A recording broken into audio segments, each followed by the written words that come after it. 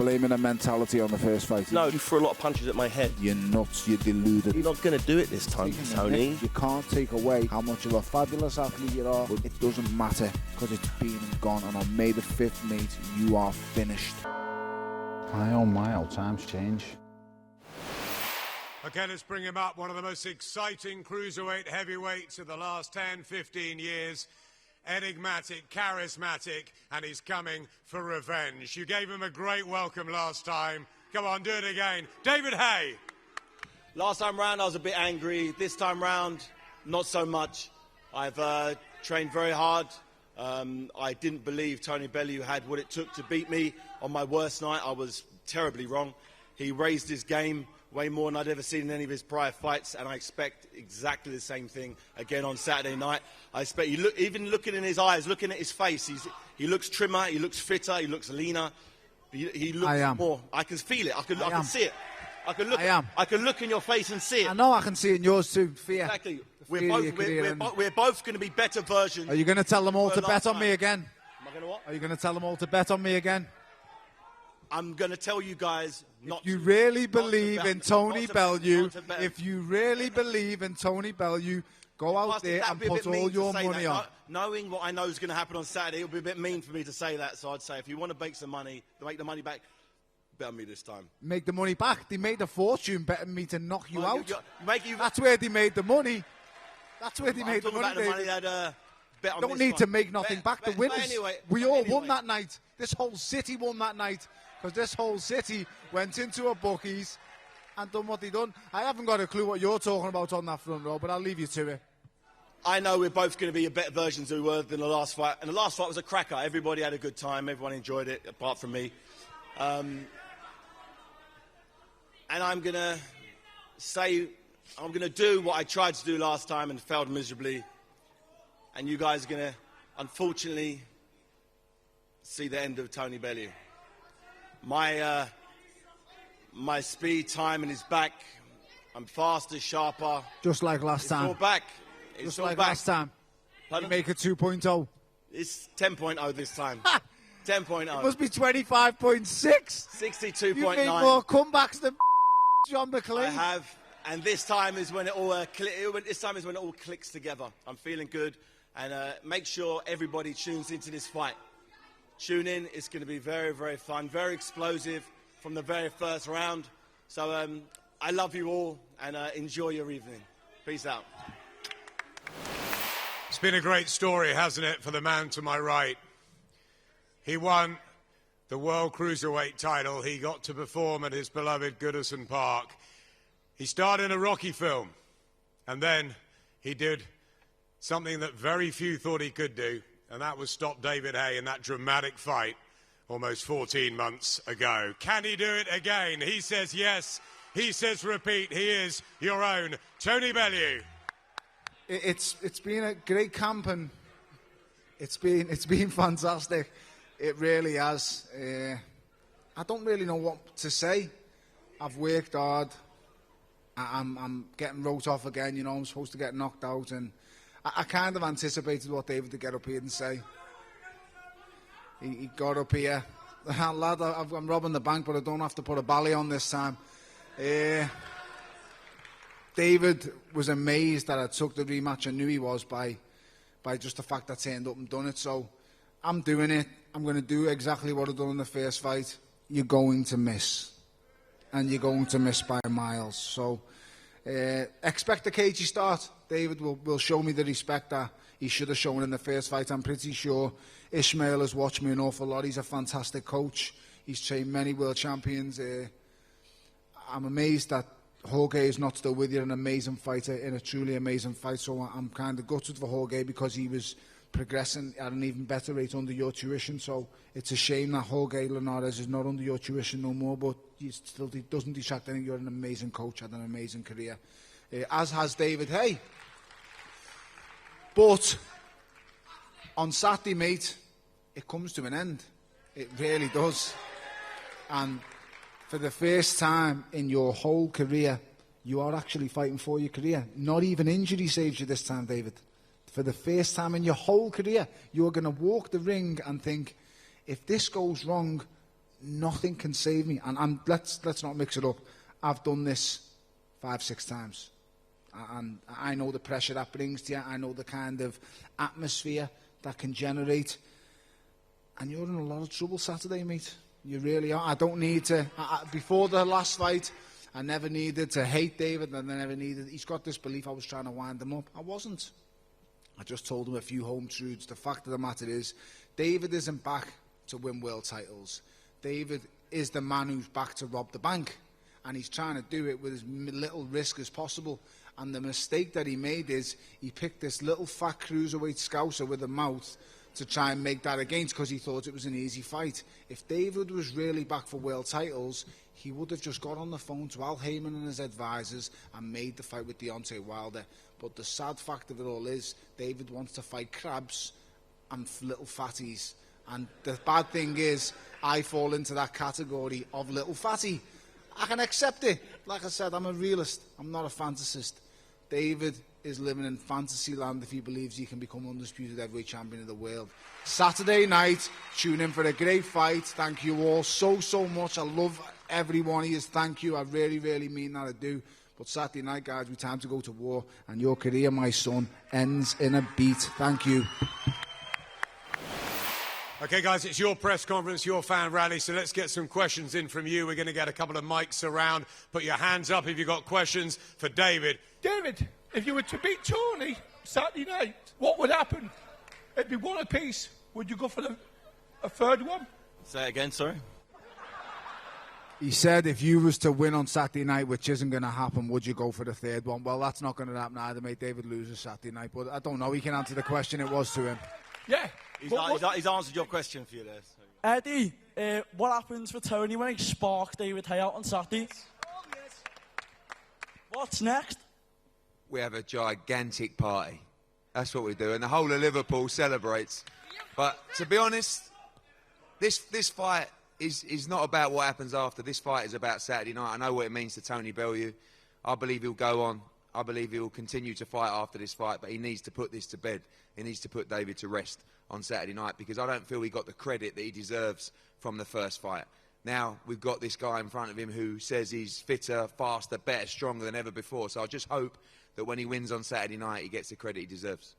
Question for David. David, the last fight, obviously the injury, the leg, that was pretty nasty for you. But the way the bomber came out and the way the bomber controlled those early rounds, obviously it's been discussed over a few different videos that are on YouTube, and certain people had different opinions, but we all had him up 3-2 by the 5th round. Were you surprised by the way that Tony came out and the way that he attacked that last fight?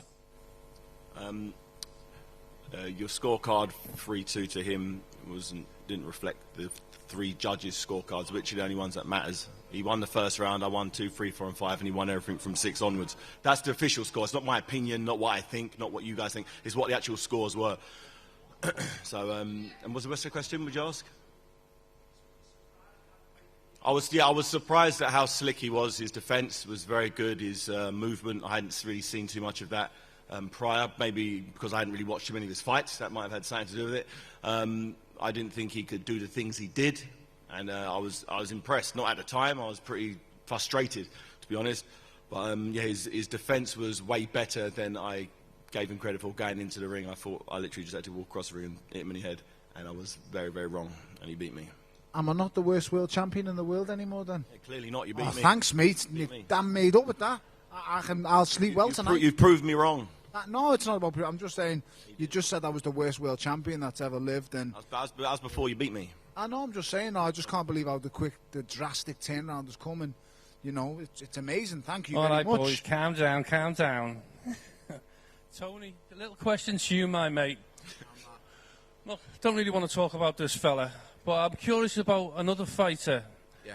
If a certain other fighter from Canada, Adonis Stevenson, was to step up to cruiserweight at some point, would you chase that rematch? Oh, mate, I'd love to. I really, really would, but I was beaten by the better man on the night, and I don't really make many excuses, you know. A lot of that, though, it was the weight thing as well. Yeah, you know? I know, everyone will say that, but listen, I'd rather just say I'd lost to the better man tonight, but I would love the opportunity to face him at cruiserweight.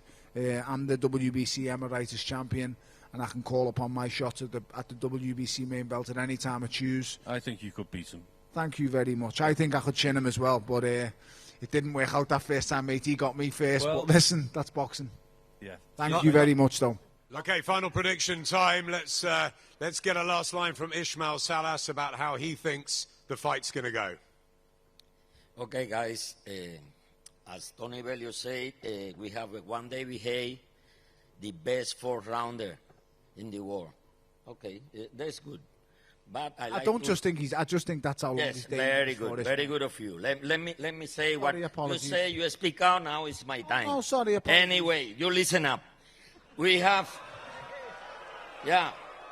I don't want no problems, Mr. Miyagi. Calm down, man. I don't need no headaches. If you have a little respect yourself, you have a little respect yourself. Sorry, just shut up.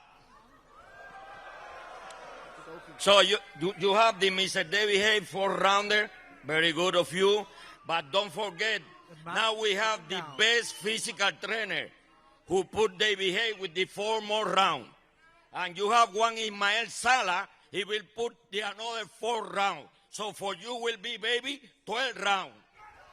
Make sure of it. I lost. Was it 4th round, 8th round, or another 4 round? I'm sorry, mate, I forgot. So 3 for 4 is 12, baby. Thank you, boss. Let's see you can hold it. Okay. Wax on, wax off.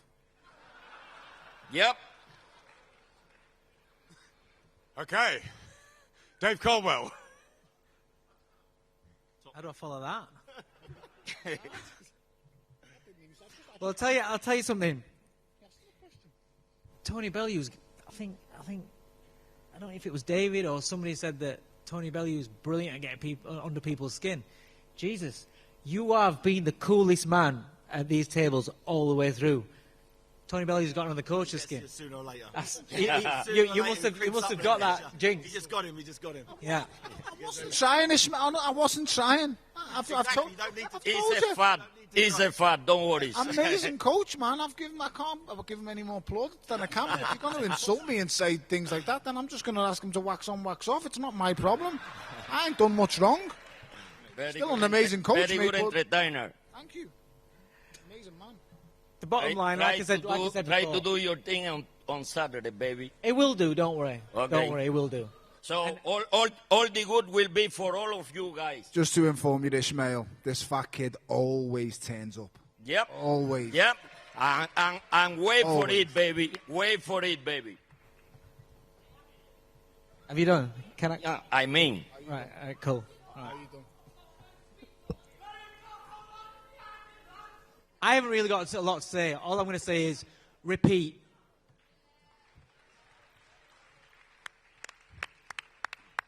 David, will it be revenge? If so, how? I get the feeling you guys don't like me. I'm really getting that vibe. But anyway, how I will get my revenge. It'll be with speed, timing, accuracy, conditioning. It may not be early, it may be late. It's not early. It may be very late. Really? I may be aiming to do something I've never done before. Normally, I've always aimed to take people out early, but I might do something different this time. Not going to get drilled to the floor then. I might try something different. It might be very, very interesting. So teaching an old dog new tricks. Make sure you tune in Saturday night, Sky Box Office. Do not miss it because it's going to be pretty epic. Thank you very much, David. Finally, will you knock Tony Bellew out?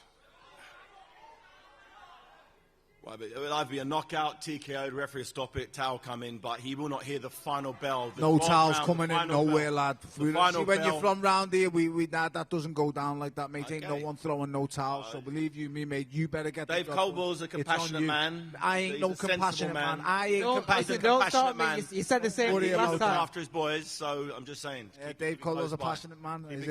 Listen, if you remember last time, it was I'm going to hospital last time. I ain't going nowhere. I'm right here, mate, and I'll be right in your face on the night. You mark my words, mate. You're the boy who threw the towel.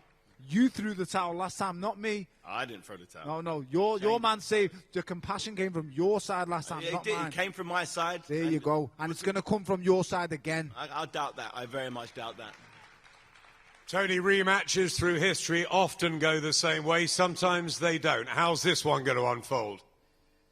You usually find in boxing, and I've forgot more than David knows about boxing and actual records and fighters and stuff like that. It's just I've got a sad obsession with this crazy circus I'm involved in. But very rarely do rematches live up to expectation. It's gone over and over down the years. You know, Morales Pereira, one was never as good. The other two was never as good. Gatti Ward won. The other two were nowhere near the level as good. So this one, in my opinion, is a little bit different. Yes, the injury played a part. If anything, it saved David Haye from just getting absolutely knocked cold. That's what it's actually saved him from, because a fighter who's fighting back and looking for KOs is much easier to knock out than a man who's just sitting on ropes looking to defend and looking for the odd pot shot. So you will see on May the 5th a tentative start. David will want to play a game of chess. I know what he's going to do before he's even doing it. So he will look to come out, be tentative, use his jab, take centre stage. But ultimately, a couple of rounds go by, we start sweating, things get hot, gets hard. As soon as it starts to get hard, David will revert to type. That is his nature. Every other fighter in the world is exactly the same. When he reverts to type, he will then give me the opportunities that I need. And David Haye will get stopped on May the 5th quicker than he did on March the 4th. It's as simple as that.